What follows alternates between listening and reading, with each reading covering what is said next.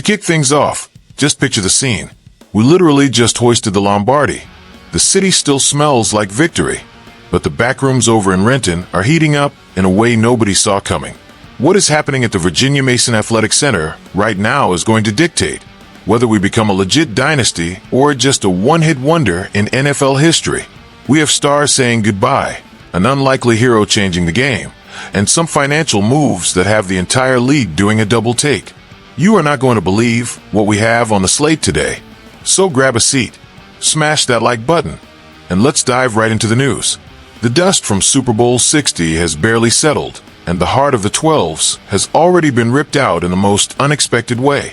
The silence that took over Seattle when the first free agency news broke was deafening because nobody was ready to see our title hero, the guy who carried the load during the most critical moment of the game, pack his bags for good.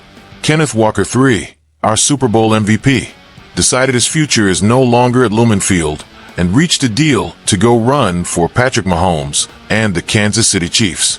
It is a brutal blow, a total gut punch for anyone who watched this man steamroll defenses in the playoffs to secure that trophy. But the bleeding did not stop there. The defense, which was our absolute backbone, started getting sliced up by a hungry market. Kobe Bryant, the safety who always seemed to come up with a clutch pick at the right time, took an offer from the Chicago Bears. And to make matters worse, our pass rusher boy Mafe decided to take his sacks over to the Cincinnati Bengals.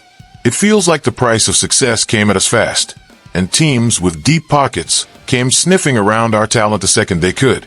But while we were all trying to process these massive losses, John Schneider showed exactly why he is one of the best executives in the league and pulled off a masterclass countermove that nobody saw coming. You remember that bet we made back in November, snagging Rashid Shahed from the Saints for some mid-round picks? Well, the plan was way bigger than any of us realized. Seattle did not let their new joker get away and announced a 3-year extension for Shahed worth $51 million, with nearly $35 million of that fully guaranteed. This is massive. We are talking about a guy who, in just 9 games, shattered his personal records and became the most dangerous return threat in the NFL, including that 95-yard house call in the divisional round that changed our entire trajectory. Keeping Shahed means our offense stays explosive, and our special teams unit remains the most feared in the league. It is a loud and clear message that even though we lost some core pieces, the engine of this team is still being fueled with elite speed. The strategy here is obvious, as we are betting on efficiency and immediate impact to fill the holes left by guys who chased the bag elsewhere. And if you think that was the only twist of the day, hold on tight, because what is coming next is even more controversial. The departure of Kenneth Walker III opened up a wound that is not going to heal anytime soon, especially with how some of the local media and the fan base are reacting right now. There's a pretty toxic debate brewing in Seattle, and big names like Mike Salk are definitely pouring gas on the fire.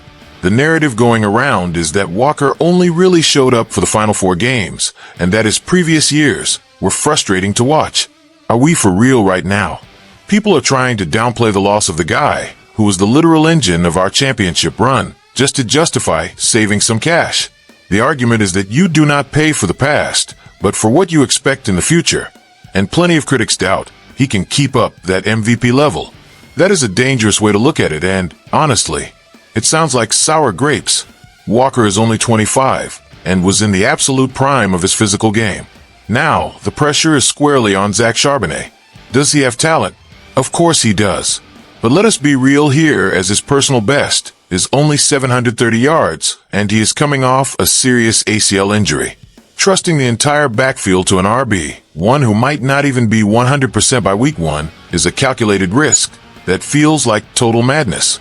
This strategy of letting guys walk to avoid overpaying is what separates the teams that go back-to-back from the ones that fade into mediocrity.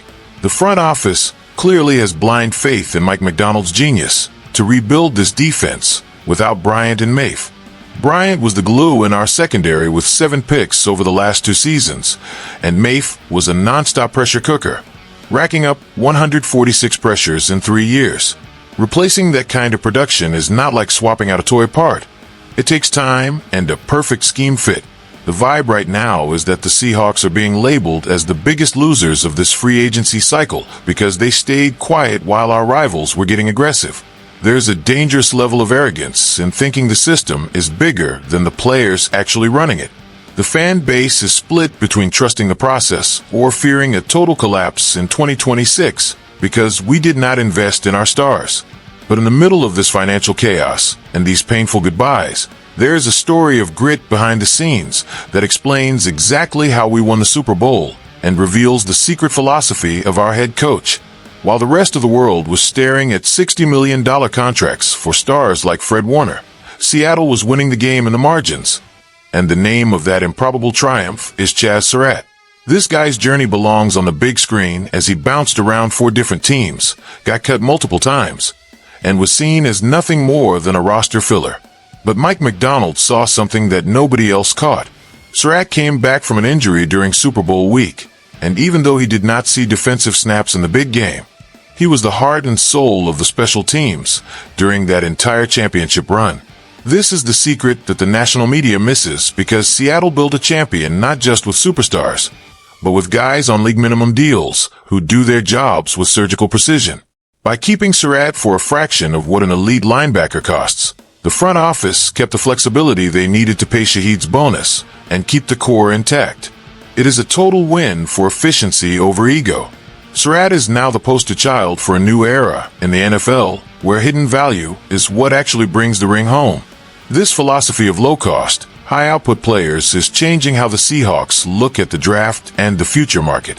Why pay a fortune for the middle of the roster if you can find grinders like Serat at the bottom of the pay scale? This puts a ton of pressure on guys like Rick Woolen, who are going to be looking for a payday soon. John, Schneider's message is loud and clear that if you want to stay in Seattle, you have to prove your value goes way beyond basic box scores. Serat's success proves Macdonald's method works, but it also creates a domino effect across the league. Now, every team is going to be hunting for their own version of Serat, trying to save money on rotational spots so they can spend big on premium positions.